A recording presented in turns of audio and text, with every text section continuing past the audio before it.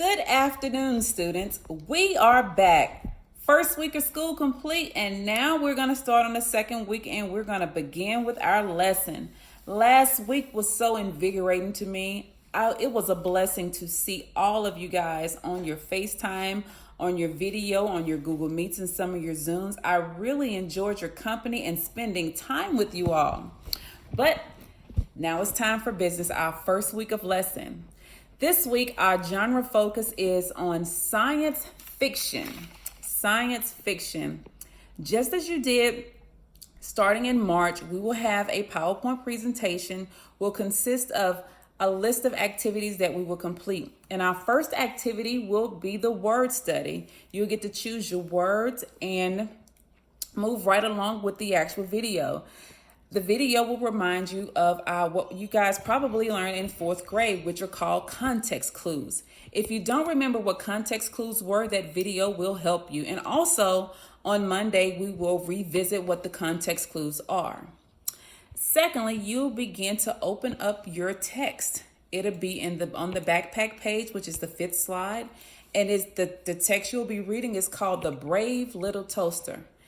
It is, again, science fiction. I absolutely enjoy the read, and I think you'll enjoy the read as well. Once you finish that, I want you to finish reading the text, and I want you to point out particular things like your main idea and your favorite parts of the actual story itself. And that means what? You're beginning to annotate.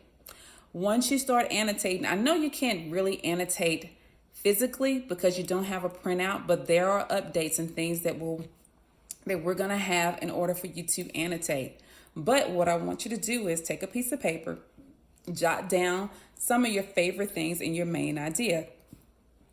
Next, when you finish that, you're going to have to go over some of the things as far as context clues in the text. You're going to have your vocabulary. And in vocabulary, you use context clues to identify what those actually vocabulary words mean. And then once you finish doing all your annotating, the next thing is quick write. Now there is an anchor chart in the text under the backpack, under resources for the quick write. Go ahead and follow the race chart and do your quick write. And once you're done with that, my favorite part of the lesson is Flipgrid.